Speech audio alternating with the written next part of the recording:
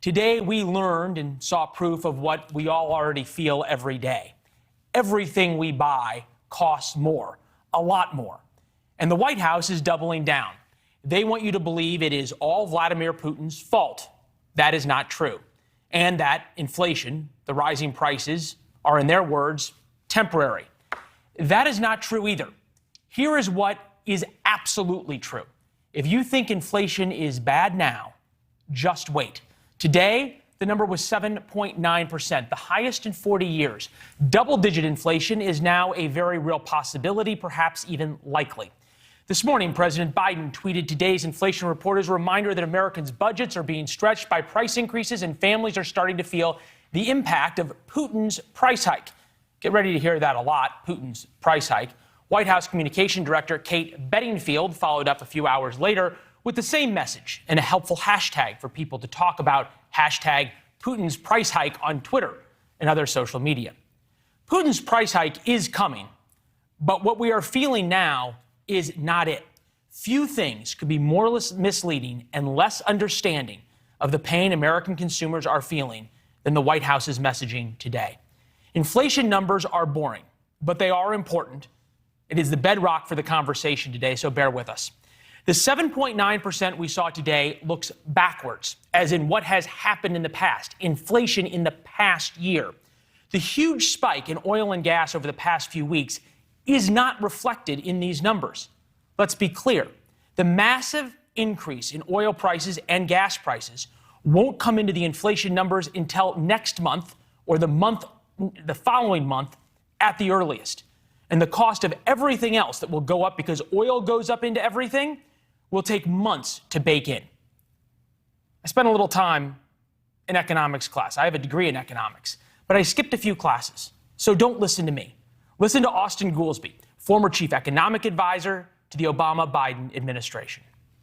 The way we report the inflation is a backward-looking 12 months. So we already know what 11 of the 12 months of the last year's inflation were, and they were definitely high. So there's no way it could not be high. Just consider the cost of things that go into the inflation number. None of these are gas. So the recent rise in oil, or the White House's, quote, Putin price hike, is not priced in. These will go far higher, very likely into double-digit territory. 19% for bacon, 13% for chicken, eggs are up 11%, milk up 11%, fruits and vegetables up 8%.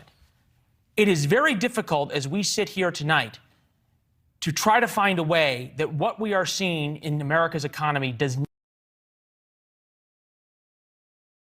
adds more than $275 to the expenses of every American. That is at the current rate. Inflation is what we call a lagging indicator. Oil goes up, as it has in the past month, rapidly, and it takes a number of months for farmers, suppliers, manufacturers, and the like to raise prices. Those price hikes are coming. Now consider the White House's talking points on inflation. First, here is Jen Psaki back in May.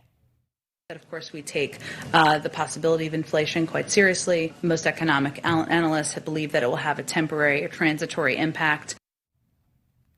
It was perhaps disingenuous then, but now that same talking point that the White House continues to use is certainly not true.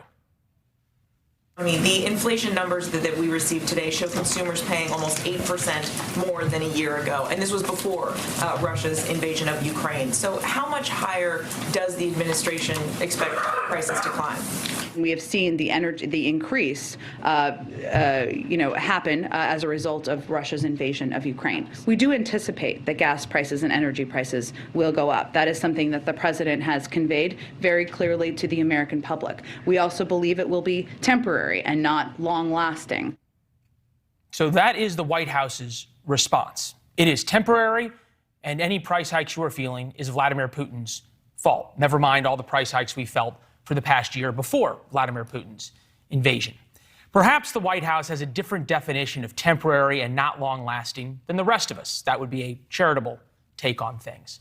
Remember, President Biden says he is doing all he can to lower oil and gas prices, which are the inputs to everything we buy.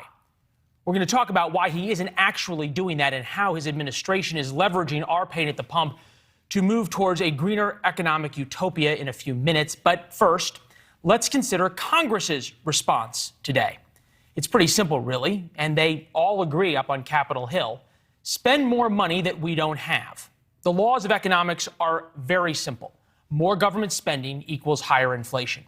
With little debate and lesser understanding of what's in the bill, last night the House passed a $1.5 trillion spending bill. Why such little debate? Well, the bill included $13 billion in aid for Ukraine. We must pass it now, Congressman said, to save Ukraine. You couldn't debate this bill. It was too important to save Ukraine. You had to pass it so you could read it and figure out what was in it. Okay. Well, in that $1.5 trillion bill, there is $13 billion for Ukraine. That is less than 1% of the bill, substantially less than 1%. If the bill was $150, it would be just a little bit more than a penny, just a little bit more than $1 of a $150 spending bill. Congress could have passed the $13 billion for Ukraine on its own. But no, at a time of 40-year high inflation, Congress couldn't miss an opportunity for a stop at the pork barrel buffet of earmarks. Among some of them, $5.9 billion for Dunkirk Harbor on Lake Erie, $3 million for Lake Mead revitalization, $4 million for West Virginia's Coal Communities Regional Innovation Cluster, $500,000 for the National Underground Railroad, $496,000 for YMCA pool improvements across the country. All of that will be paid for with borrowed money, money borrowed by the government, who pays interest on those loans. Who pays those interests? Well, we the taxpayers do. What happens when inflation goes up, as it is, perhaps even to double digits? The Federal Reserve raises interest rates to stop it. This is the highest we've had in inflation in 40 years. When this happened 40 years ago, the Federal Reserve raised interest rates to double digits. That's 10 or 12 points higher than where we're at right now. What happens when interest rates go up? The payments on the national debt go up substantially. Who pays those higher payments? Us, the taxpayers. And we will do it while our paychecks are worth less, everything costs more, and with a recession likely coming. Big companies, especially grocers and oil companies, do well with inflation. Walmart or Kroger can reprice things on their shelves overnight. Plus, they have long-term contracts to buy goods at lower prices. Look at their fourth quarter profits. They can raise prices on consumers faster than their suppliers can raise prices on them. It is an extraordinarily powerful and nice place to be in business. Small businesses do not have that luxury. For them, it's the reverse. The suppliers raise prices faster than they can. And small businesses employ 59 million Americans. So that's where we start tonight with Richie Romero, owner of Zazzy Pizza in New York, who is on the front lines of the inflation battle. It is good to see you, Richie. I guess I'm trying to find a silver lining. I guess since you're in New York, the pizza delivery guys can use bikes so you don't have to pay for gas. But how tight are things getting? Listen, everyone's being affected by the rising prices of inflation. And it's definitely crippling the last few months in the hospitality business and the restaurant business, especially in New York. You know, we just came in from, Omicron.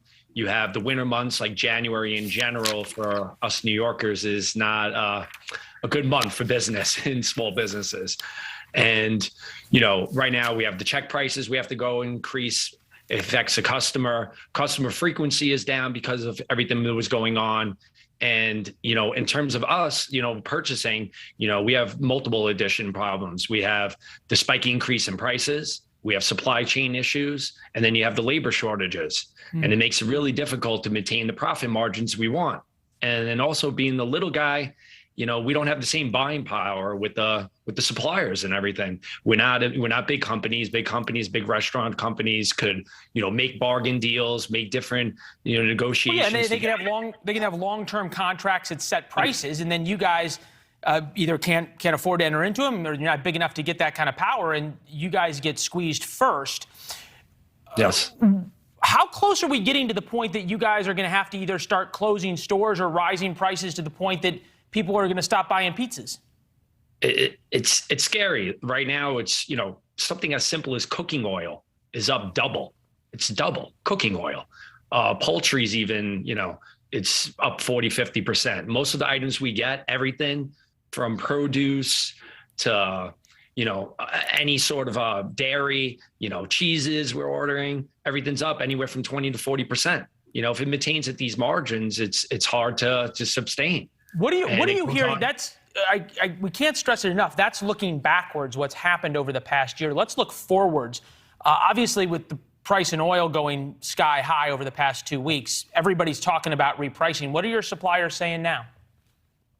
I'm getting worried about it right now myself because, more deliveries uses more gas, and it's going to go on us as small business owners. And then we have to really put on the customer then. And then the customer has a higher check average, and then we have to worry about, less customer frequency coming. So, it's a battle between everything. We definitely need help with these costs, especially us little guys. Is it comes down the backside of this, right? Less customers come in, you all start laying people off, fewer people order pizzas, it just spirals downward. You've been through boom and bust periods before. Obviously, you just came off of the pandemic. That was different. But how far away are you from having to start either laying people off or rising prices significantly? We right now we've been talking about raising some of the prices. We're trying to control everything as best as we can right now, but it's something if it maintains at this rate, it's something we got to definitely look into a lot more. Real quick, I only got about 30 seconds. If the president was watching, which I'm pretty certain he was not, but if people on his team were, what would you have to say?